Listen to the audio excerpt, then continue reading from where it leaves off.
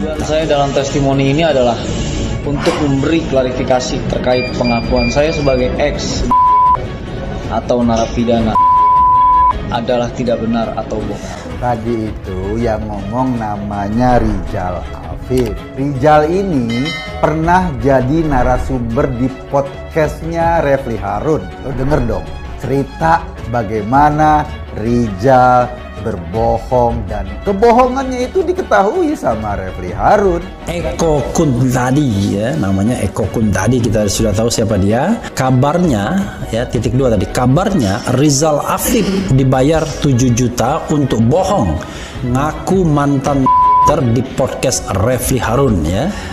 Fitnah seperti ini tidak boleh dibiarkan. Informasi-informasi yang sekarang misalnya gue sampaikan atas nama gue pribadi, gue bertanggung jawab informasinya.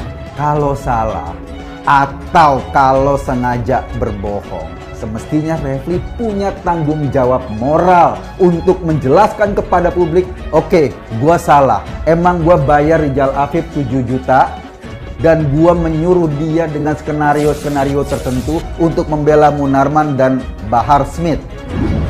Setelah acara podcast tersebut, saya diberi uang cash sebesar 7 juta rupiah oleh Refli Harun, dan setelah itu saya kembali ke rumah. Jadi Mas Eko Kuntadi ya, tolong Anda katakan dari mana sumber yang katakan kabarnya itu, ya kan?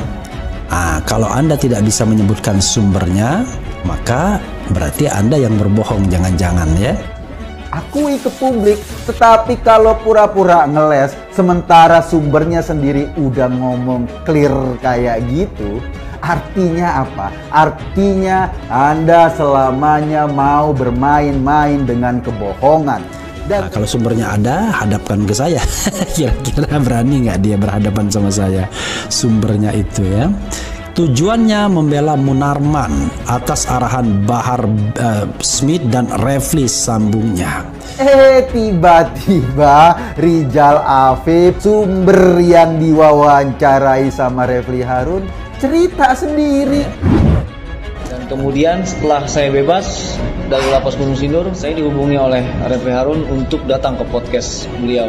Isi podcast sejalan dengan pesan Habib sebelumnya dan sudah diketahui oleh Refli Harun, yaitu saya mengaku sebagai ex napiter untuk mengangkat citra beliau dan sekaligus menyangkal bahwa saudara Munarman terlibat jaringan kelompok terorisme atau ISIS. Ya, saudara Eko Kuntadi, sekali lagi ya, saya udah nggak main polisi-polisian lah, ya kan?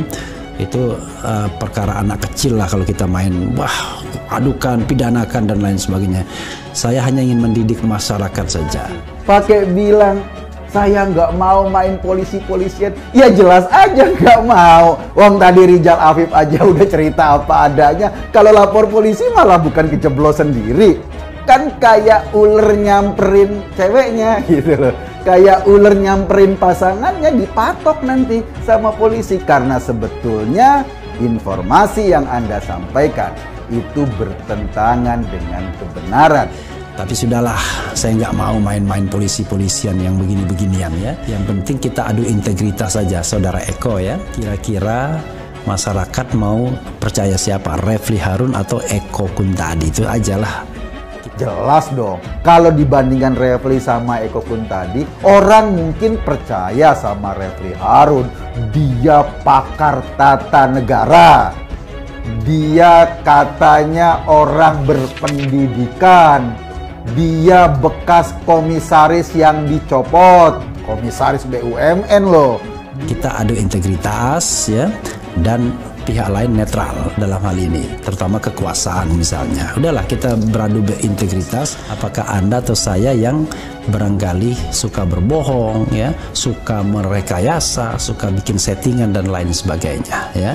Refli ingin mengatakan bahwa dia lebih berintegritas, lebih jujur, lebih bisa dipercaya. Gua bukan siapa-siapa. Bermula pada saat sebagai narapidana di Lapas Gunung Sindur, ketika itu saya bersama Habib Bahar sebagai murid beliau. Saya banyak dikenalkan para tokoh yang datang ke Lapas Gunung Sindur, termasuk salah satunya saudara Refli Harun yang saat itu membesuk Habib Bahar. Habib sempat berpesan kepada saya, nanti ketika saya bebas, saya akan dimintai bersaksi atau berbicara bahwa Habib Bahar bin Smith tidaklah radikal dan beliau seorang yang NKRI. Hal tersebut untuk mematahkan pernyataan Pak Dudung sebagai Kepala Staf Angkatan Darat. Kemudian sobat bisa menilai sekali lagi mau percaya sama saya atau percaya Eko Kun tadi. Nah, sekarang video itu udah di take down, udah diturunin sama Refli Harun. Gua nggak tahu alasan kenapa video itu diturunin. Mungkin karena merasa ditelanjangi, merasa malu, jadi video itu diturunin. Apapun alasannya, ketika barang buktinya diturunin, berarti kemungkinan besar ada yang salah di situ. Setelah acara podcast tersebut, saya diberi uang cash sebesar 7 juta rupiah oleh Refli Harun, dan setelah itu saya kembali ke rumah. Demikian pernyataan dan klarifikasi ini saya buat tanpa ada paksaan dari pihak manapun, dan saya bertanggung jawab atas kebenaran pernyataan.